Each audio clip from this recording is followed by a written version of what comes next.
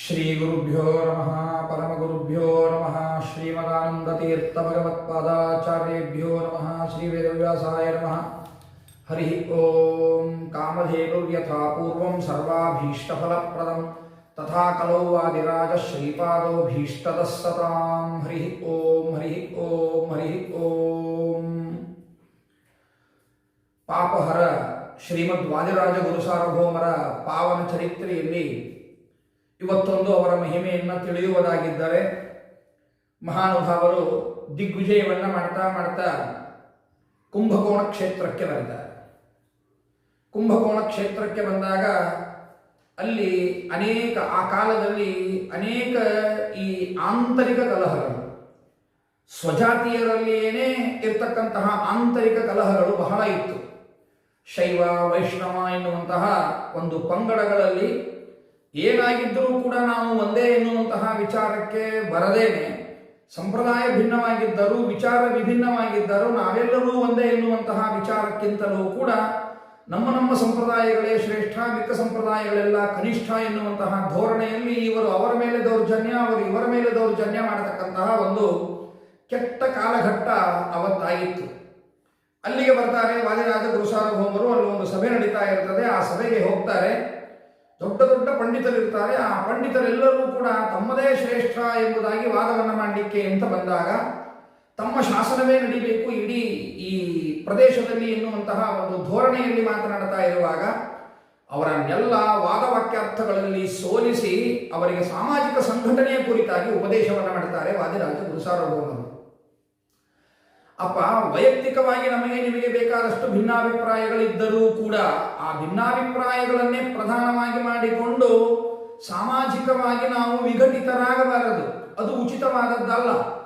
ಏನಿದ್ದರೂ ಕೂಡ ಇರುತ್ತದೆ. ಒಂದೇ ತಂದೆ ತಾಯಿಯ ಮಕ್ಕಳಲ್ಲಿಯೇನೆ ಇರುವ ಮೂರ್ನಾಲ್ಕು ಜನ ಮಕ್ಕಳಲ್ಲಿ ವಿಭಿನ್ನ ಅಭಿಪ್ರಾಯಗಳು ಇದ್ದೇ ಇರುತ್ತದೆ. ಅಭಿಪ್ರಾಯಗಳು ಬದಲಾವಣೆಯಾದಂತೆ ಅವರೆಲ್ಲರೂ ಕೂಡ ತನ್ನದೇ ಅಸ್ತಿತ್ವಕ್ಕಾಗಿ ಹೋರಾಡುವುದು ಅಂತನ್ನೋದು ಏನಿದೆ ಅದು ಉಚಿತವಾದದ್ದಲ್ಲ. ಇಡೀ ಕುಟುಂಬವೇ ನಾಶವಾಗುವಂತೆ ಸಮಾಜ ನಾಶವಾಗ್ತದೆ. ಹಾಗಾಗಬಾರದು. ಸಂಘಟಿತರಾಗಿ ಇರಬೇಕು ಎಂಬುದಾಗಿ ಅವರಿಗೆಲ್ಲ ಉಪದೇಶವನ್ನ ಮಾಡಿ ಆ ಊರನ್ನ ಸುಸ್ಥಿರವಾಗಿ ಇರುವಂತೆ ಮಾಡಿ, ಯಾವುದೂ ಜಗಳಗಳು ಇರದಂತೆ ಮಾಡಿ ಅಲ್ಲಿಂದ ಹೊರಡ್ತಾರೆ. ನೋಡಿ, ಎಂತಹ ಒಂದು ಔದಾರ್ಯ ಇತ್ತು ವಾದಿರಾಜ ಗುರುಸಾರ್ವಭೌಮರಲ್ಲಿ. ಅವರು ಕಟ್ಟುನಿಟ್ಟಾಗಿರ್ತಕ್ಕಂತಹ ವೀರ ವೈಷ್ಣವರು. ತಮ್ಮ ಹಾಡಿನೊಳಗೂ ಅವರನ್ನು ಹೇಳ್ತಾರೆ. ಆ ಹಾಡುಗಳ ಚಿಂತನೆಯನ್ನು, ಪ್ರತಿಯೊಂದು ಅವರ ಗ್ರಂಥಗಳ ಚಿಂತನೆಯನ್ನು ನಾವು ಮಾಡುವ ಉದ್ದೇಶ ಇದೆ. ಆದ್ದರಿಂದಾಗಿ ಆ ಸಂದರ್ಭದಲ್ಲಿ ಆ ಹಾಡಿನ ಚಿಂತನೆಯನ್ನ ಮಾಡುವಾಗ ನಾನು ನಿರೂಪಣೆಯನ್ನು ಮಾಡ್ತೇನೆ ಆ ವಿಷಯವನ್ನು. ಈಗ ಅದರ ವಿವರಣೆಯನ್ನು ನಾನು ಕೊಡುವುದಿಲ್ಲ.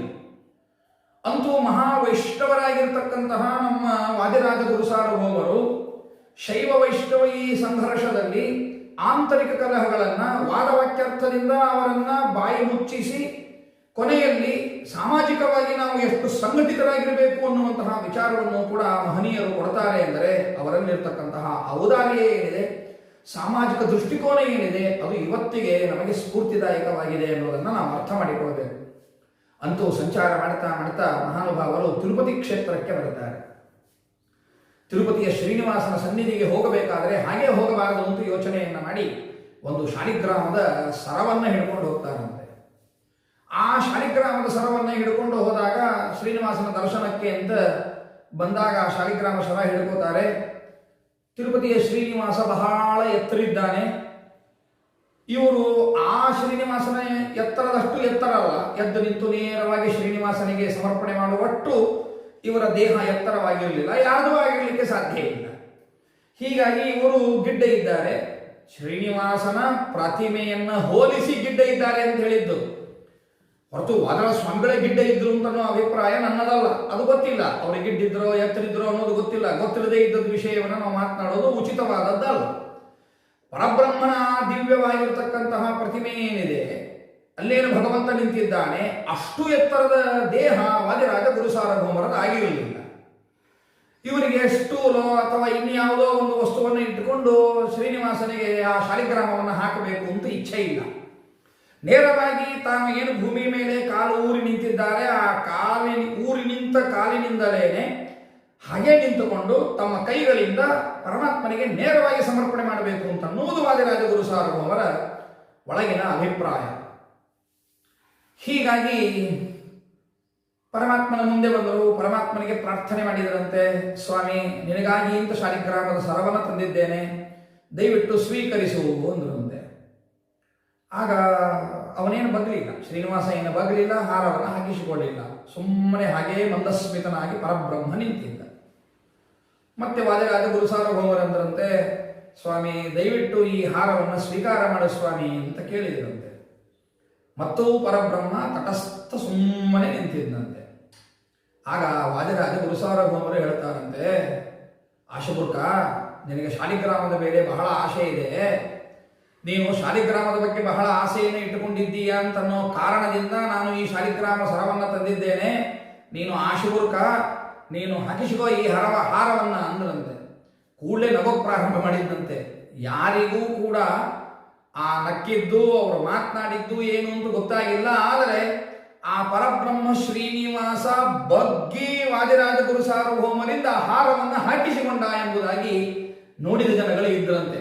ಹೀಗೆ ನಾವು ಕಥೆಗಳನ್ನ ಹಿರಿಯರಿಂದ ಪ್ರಾಚೀನರಿಂದ ಕೇಳಿದ್ದೇವೆ. ವಾದಿರಾಜ ಗುರು ಸಾರ್ವಭೌಮರು ಅಂದದ್ದೆಲ್ಲರೂ ಶಿಷ್ಯರಿಗೂ ಕೇಳಿದೆ. ಆಶುಗುರುಕ ಬಗ್ಗು ಅಂತ ಹೇಳಿದ್ದು ಅವರಿಗೆಲ್ಲ ಕೇಳಿದೆ. ಪರಬ್ರಹ್ಮ ಮತ್ತೆ ಈ ವಾದಿರಾಜ ಗುರು ಸಾರ್ವಭೌಮರು ಏನು ಮಾತನಾಡಿದರು ಅನ್ನೋದು ಅವರಿಗೆ ತಿಳಿದಿಲ್ಲ, ಶಿಷ್ಯರಿಗೆ ತಿಳಿದಿಲ್ಲ. ಅಂತೂ ಪರಬ್ರಹ್ಮ ಬಗ್ಗಿದ ವಾದಿರಾಜ ಗುರು ಸಾರ್ವಭೌಮರಿಂದ ಹಾರವನ್ನು ಹಾಕಿಸಿಕೊಂಡ. ಇವತ್ತಿಗೂ ಆ ಹಾರ ಇದೆ ಎಂಬುದಾಗಿ ನಾವು ಗ್ರಂಥಗಳಲ್ಲಿ ನೋಡುತ್ತೇವೆ. ಪ್ರತ್ಯಕ್ಷದಲ್ಲಿ ನೋಡುವ ಭಾಗ್ಯ, ಆ ಯೋಗ್ಯತೆ ನಮಗಿಲ್ಲ ಆದರೂ ಕೂಡ ಗ್ರಂಥಗಳಲ್ಲಿ ನೋಡ್ತೇವೆ. ವಾದಿರಾಜ ಗುರು ಸಾರ್ವಭೌಮರು ಹಾಕಿದ ಶಾಲಿಗ್ರಾಮದ ಹಾರ ಇಂದಿಗೂ ಕೂಡ ಪರಬ್ರಹ್ಮನ ಸನ್ನಿಧಿಯಲ್ಲಿ ಇದೆ ಎನ್ನುವುದನ್ನು ನಾವು ಕೇಳುತ್ತೇವೆ. ಸರಿ, ಅಂತೂ ಸಂತೋಷಿಸೋಣ, ಸಂಭ್ರಮಿಸೋಣ. ಆ ಭಾಗ ಒಂದು ಕಡೆಗೆ.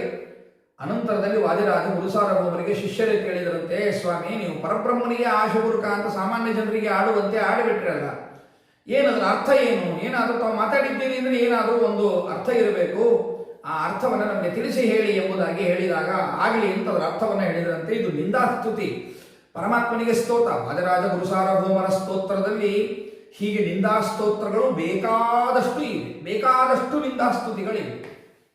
ಇರಲಿ, ಹಾಗೆ ಇದು ಒಂದು ನಿಂದಾಸ್ತುತಿ ಅಂತ ಹೇಳಿ ತಮ್ಮ ಒಳ ಅನುಸಂಧಾನ ಏನಿತ್ತು, ಆಶುಗುರುಕ ಅಂತ ಅವರು ಅನ್ನಬೇಕಾದರೆ ಅವರ ಒಳಗಡೆಗೆ ಯಾವ ಭಾವನೆಯನ್ನು ಇಟ್ಟುಕೊಂಡಿದ್ರು, ಆ ಶಬ್ದಕ್ಕೆ ಅವರು ಏನು ಅರ್ಥವನ್ನ ಇಟ್ಟುಕೊಂಡು ಹೇಳಿದ್ರು ಅದನ್ನೆಲ್ಲ ಶಿಷ್ಯರಿಗೆ ಹೇಳಿದರಂತೆ. ಆಗ ಶಿಷ್ಯರಂತಾರಂತೆ, ತಪ್ಪಾಯ್ತು ಸ್ವಾಮಿ, ನಾವು ತಪ್ಪಾಗಿ ತಿಳಿದು ಬಿಟ್ಟಿದ್ವಿ ನಿಮ್ಮನ್ನ, ಸಾಮಾನ್ಯರಿಗೆ ಆಡುವಂತೆ ನೀವು ಈ ರೀತಿಯಾಗಿ ಆಡಿಬಿಟ್ರಲ್ಲ, ನಮ್ದು ತಪ್ಪಾಯಿತು ಎಂಬುದಾಗಿ ಕ್ಷಮಾಪಣೆಯನ್ನ ಕೇಳ್ಕೊಂಡ್ರಂತೆ. ಅದೆಲ್ಲ ಇರಲಿ, ವಾದಿರಾಜ ಗುರು ಸಾರ್ವಭೌಮರು ಹೇಳಿದರಂತೆ, ಅದೇನು ದೊಡ್ಡ ವಿಷಯ ಅಲ್ಲಪ್ಪ, ಅಂತೂ ಪರಬ್ರಹ್ಮ ನನ್ನಿಂದ ಶಾಲಿಗ್ರಾಮ ಹಾರವನ್ನು ಸ್ವೀಕಾರ ಮಾಡಿದ್ದಲ್ಲ, ಅದಕ್ಕಿಂತಲೂ ಹೆಚ್ಚಿನ ಸೌಭಾಗ್ಯ ಏನಿದೆ ಎಂಬುದಾಗಿ ಆ ಪರಬ್ರಹ್ಮನನ್ನೇ ಸ್ತೋತ್ರ ಮಾಡ್ತಾ ಬಂದಿದ್ದಾರೆ ಅಂತ ನಾವು ತಿಳಿತೇವೆ ಎನ್ನುವಲ್ಲಿಗೆ ಇವತ್ತಿನ ಉಪನ್ಯಾಸವನ್ನು ಸಂಪೂರ್ಣ ಶ್ರೀಕೃಷ್ಣಾರ್ಪಣಮಸ್ತು ಮಧ್ವೇಶಾರ್ಪಣಮಸ್ತು.